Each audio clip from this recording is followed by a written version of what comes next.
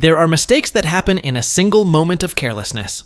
And then there are mistakes that are built slowly, deliberately, brick by brick over years, constructed with the best intentions, justified at every stage with logic that feels completely sound, until the day the whole structure collapses, and you are left standing in the rubble trying to understand how something you built so carefully could destroy so much. This story is about the second kind, and about a mother who believed, with absolute sincerity, that she was doing the right thing every step of the way. The family was never quite at peace with itself. That much was visible to anyone who looked closely enough. The particular tension that exists in homes where love is present, but trust has been damaged. Where people share space and meals and a last name, but carry their private doubts like stones they never fully set down. Evi was the center of that household, in the way that certain mothers are. Not always warm, not always easy, but load-bearing. The person around whom the architecture of the family organized itself, whether anyone acknowledged it or not. She had 2 daughters, and she had a problem that she believed she had found a solution to. The bracelet was called a truth bracelet. The premise was simple and on the surface, enormously appealing. A device that could read honesty, that could cut through the exhausting uncertainty of never quite knowing whether the people around you were telling you what was real or what was convenient. For a mother in a household already strained by mistrust, the appeal of that kind of certainty is not difficult to understand. She wanted to know. She wanted to stop guessing. She wanted something solid to hold onto in a family that felt like it was always slightly shifting beneath her feet. So she used it. And what it told her, consistently and convincingly, was that one daughter was honest and one was not. Mia registered as truthful. Lily registered as something more complicated.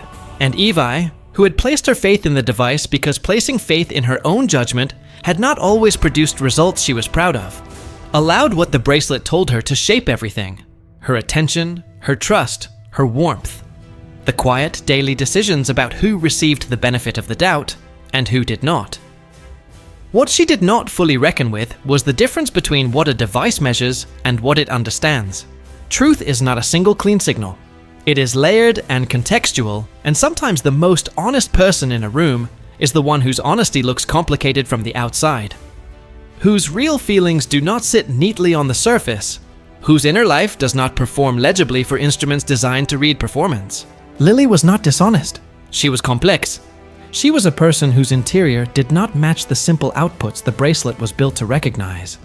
And that distinction between complexity and deception was one that a device could never make.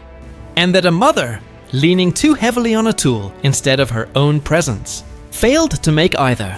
The tragedy that came for Lily did not arrive with warning. It never does in these stories, because warning requires someone to be paying close enough attention to the right things. And the right things had been obscured by the bracelet, by the narrative it had built, by the slow accumulation of small moments where Lily had been seen as the less trustworthy daughter and had gradually stopped reaching toward a mother who seemed to have already made up her mind about her when it happened. The silence that followed was the loudest thing the family had ever experienced. And into that silence poured everything that had been held back for years. Grief that had nowhere clean to go. Accusations that ricocheted between people who were all, in their own way, trying to process the unbearable. And guilt that settled into Evi like something permanent. The bracelet that had felt like clarity revealed itself as exactly what it had always been. A machine making measurements it was never equipped to make. About a human being it was never capable of understanding. The device did not destroy the family. It was never powerful enough to do that alone. What destroyed them was the decision to outsource the most irreplaceable act of parenthood, the act of truly seeing your child, to something that could not feel, could not listen, could not sit with a daughter in the dark and understand what she was actually trying to say. Evi had wanted certainty. What she needed was presence, and by the time she understood the difference, the person who had needed her most was already gone.